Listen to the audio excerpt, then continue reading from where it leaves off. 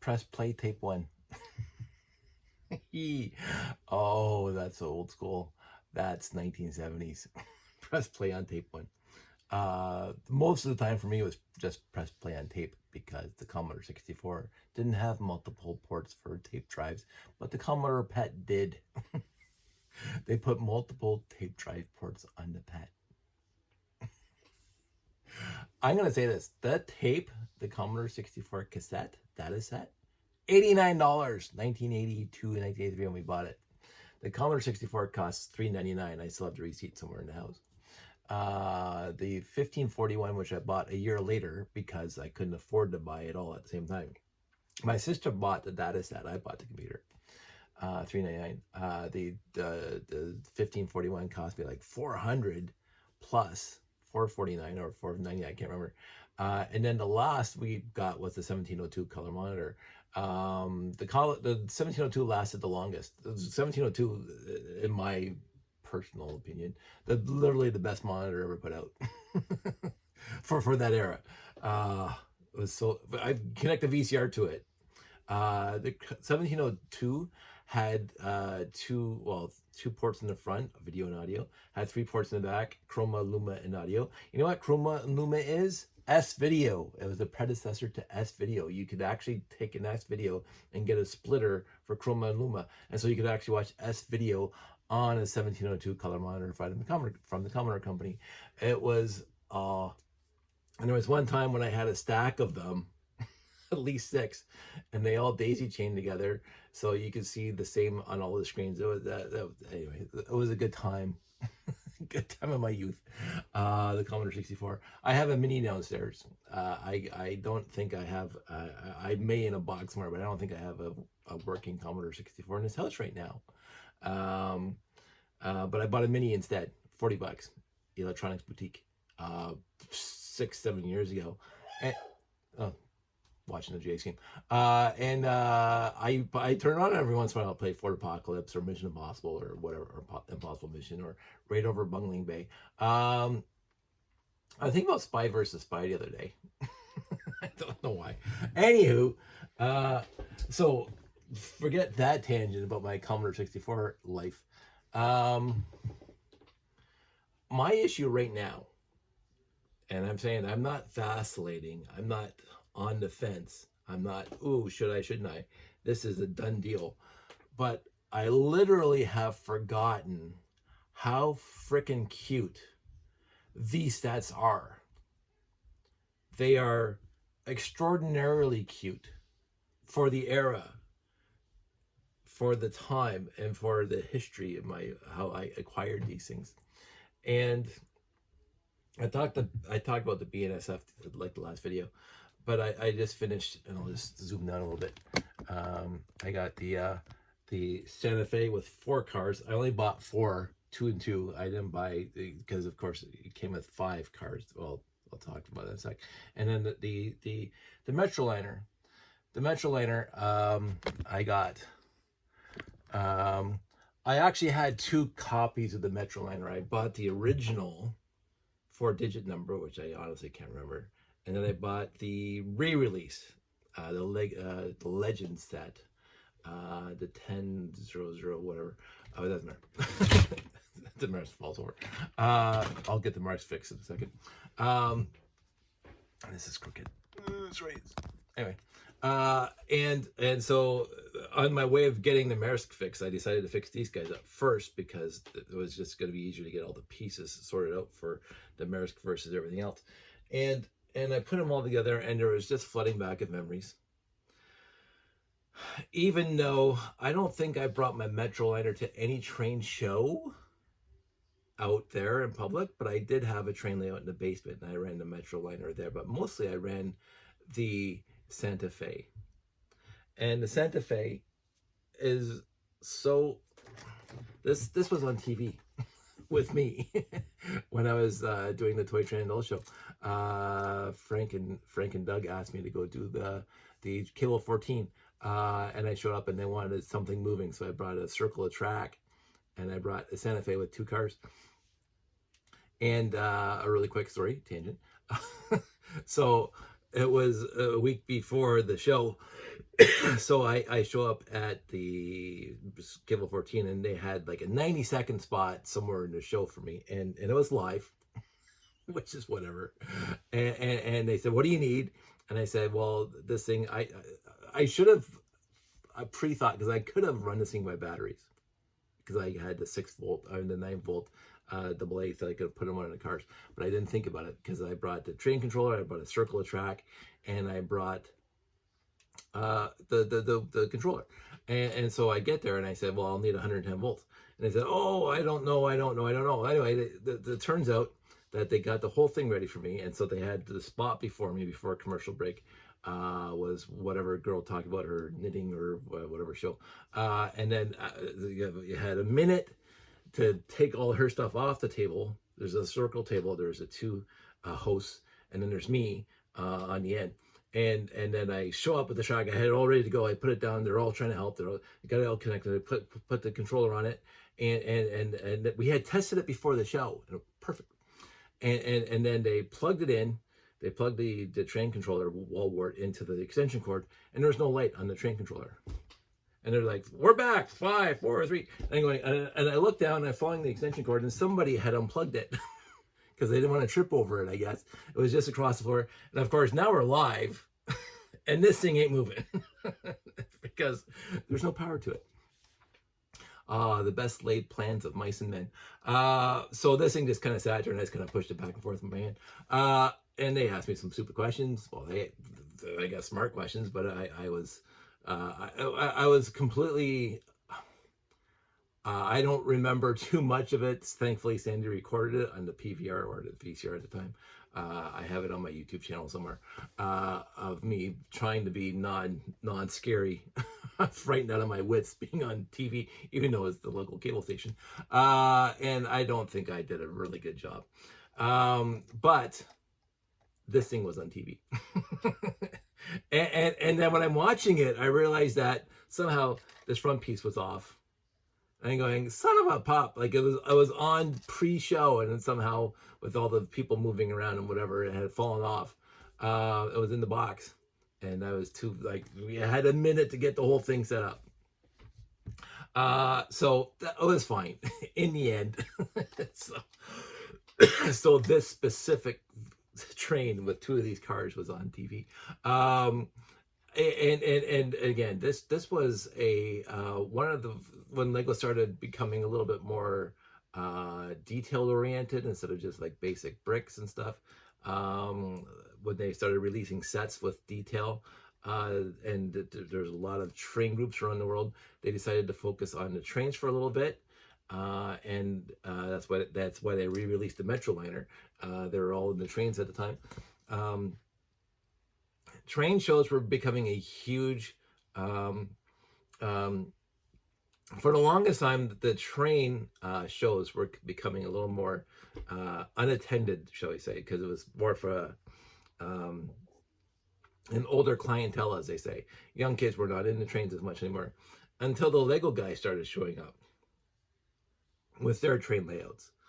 And I can attest to this, because I've been to train shows where we're displaying a train layout, and the numerous throngs of people who are checking out our layout back in the day before sort of at the beginning of Brick Fest, Bricks in the Six and all that stuff, and Brick Fets. We were doing train shows. And the HO guys were there, the O guys were there, the N scale guys were there, and a few other things, garden scales. But we started showing up, and more people started to attend. Even the organizers would come to us and say, "Can you be here for the next show? Because we can put it in our advertising, and people will show up just because there's Lego there," which they wouldn't have shown up if it was just the trains. Now, I had an HO set when I was a kid, and I loved it. But I kind of waned on me when I got 16, 17 years old. My brother was gone, but Lego never waned for me. So I can see how in this new modern age, there's not a lot of people buying HO stuff. There isn't. People with train layouts in their basement. It is what it is. But I was right into trains with Callum and Derek and Jeremy and other people who and Jeffy and I was the fifth wheel because they were all integrated and I was just over here with the train yard, just perfectly fine for me, and I really enjoyed it, and so I started buying more train stuff, which is why I have the Santa Fe, which is why I have the Metroliner, 2 copies of it, which is why I buy the Emerald Express, which is why I bought the Marsk, which is why I bought the BNSF. I bought a few packages of building my own train when they came in various colors and whatever, and that's fine. They're all sorted into the collection because they weren't really worthy to keep together as trains. They weren't as good as these guys. But these guys sat in that big huge bin for over a decade, for almost 2 decades. They sat in that bin because I don't do train shows. And yet when I was putting these things together, I'm going, I know why I bought them. Because they are so freaking cute. And detailed enough to be detailed. And so if you're running this on one of your train layouts, people are going to know what they are. And it looks like a real train. Now, this kind of train really doesn't run, I mean, the Amtrak's, whatever, but this is the Metroliner, which is not after any specific train in the world. But the Metroliner had a whole bunch of different cars. When you had the front cab, it had one car, and then the back cab, which has the same slope, so it was really like European kind of thing. But I started. This is the set that they also released, the Sky Club car, or whatever. Bought one of these because I wanted to, so it's in here. But then when I bought the second Metroliner, so I have 2 of these cars. I have the passenger car, and I have another passenger car back here. So they're identical. Passenger cars are identical because it's 2 different sets. But instead of having a front engine and a back engine and another front engine and back engine, I took the engines and I built this thing for I don't know what reason. Just to fill in the car, to have an extra, because I don't need 4 front and backs all together. So, but then I have all these extra pieces, doors and doors, and even the noses over there in the gray, because I did have 2 Metroliners. So I decided I was going to restore both Metroliner sets, but I'm not going to. I'm going to sell this Metroliner exactly as this. 1, 2, 3, 4, 5, 6 cars, or 2 engines and 4 cars, as is. I'm not going to do an extensive review on the Metroliner.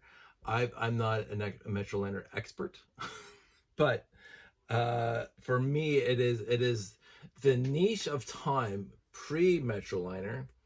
The train system was nice, but it was just blocky and trains, blocky as trains. There wasn't a lot of detail. The Metroliner came out, and all of a sudden, you had interiors and you had a lot of stuff and a lot of little doodads and whatever, and people started paying attention that you can actually get some really nice fine detail in Lego trains. I can't remember what was before then, but there was the 9-volt train systems that started coming out, and the Metroliner was the king of the crop at the time. And then they brought out the Santa Fe, and then they brought out the BNSF, and then they brought out the American, and then they brought out the Emerald Knight, right? So before that, it was just 7720 for a train set that had, a train, a couple cars, whatever, but it didn't look like it could be at a train show. It looked like it was a Lego train. But when at a distance, if you're looking across the room and you see the Metroliner or the Santa Fe go by, you don't know it's Lego until you get close to it. And you say, oh, that's actually Lego. So, but people have a tough time with the scale because it's smaller than O, but it's bigger than HO, and they call it the L scale. But as I say, when I was building it, I'm going, I absolutely adored these things. But they're just going to take up space. So I do not mind losing them. But I'm not going to let these things go easily. So I'm going to figure out a price for all three of these things. I'm going to sell them. I'm not going to sell individual parts. It's going to be the entire Metroliner as is. It's going to be the entire Santa Fe as is, like all the four cars in the engine. The BNSF is by itself. So the Emerald Knight, I think I'm going to piece that thing back together. That's my next step. And then I'm going to go from there. Yeah, I was happy. It was a walk down memory lane putting these things back together. As I say, it's been probably 2 decades since I last touched them. And I'm glad I did it. They are pretty dusty, but I'm not going to care. The Santa Fe is actually, because they released it at the beginning, was exclusives. It has a little number brick right there. They had 10,000 of them. 9,999 of them that they released, and I got 4,529 A4529. I'm not sure if they actually made more than 10,000, but there was a website repository of people would write down the number of the one they had. This is what we did back then, and I was on there with this number. You know, it wasn't 1 and it wasn't 9999. It's 4529. Which is fine.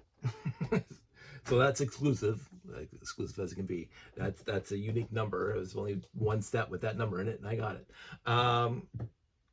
So I thought that was fun for Lego to do that kind of thing. And so I have the certificate somewhere in my paperwork, and I really didn't care. So I'm sure it would take me 20 years to find it. But yeah, that's it. I had fun putting these together. And now I'm going to take them apart like that and then put them away and go online and figure out what they're worth. There was one piece missing. I was actually shocked. I couldn't find it, and I can't find it in my gray bin or my trans clear bin. So I'm sure it's somewhere in some bin somewhere in here, but I'm going to brick link that one because I will not be able to find the rest of it. So that is what it is. I thought I was missing other pieces, but as I put they were hidden inside the Metroliner. The pieces fell into the Metroliner when I'm putting this back together. I'm going, why? I have to go back into my collection to find this piece, and I put the Metroliner together. I found the piece inside one of the cars in here, so that was interesting. Other than that, oh, and again, I still have a ton of train track, which I am going to keep. I got rid of half of it. I got it down to 1 bin instead of 2 bins, but so I have enough train track to keep me happy, and the rest of it went, and I was happy about that, and it's already making other people happy, which is nice.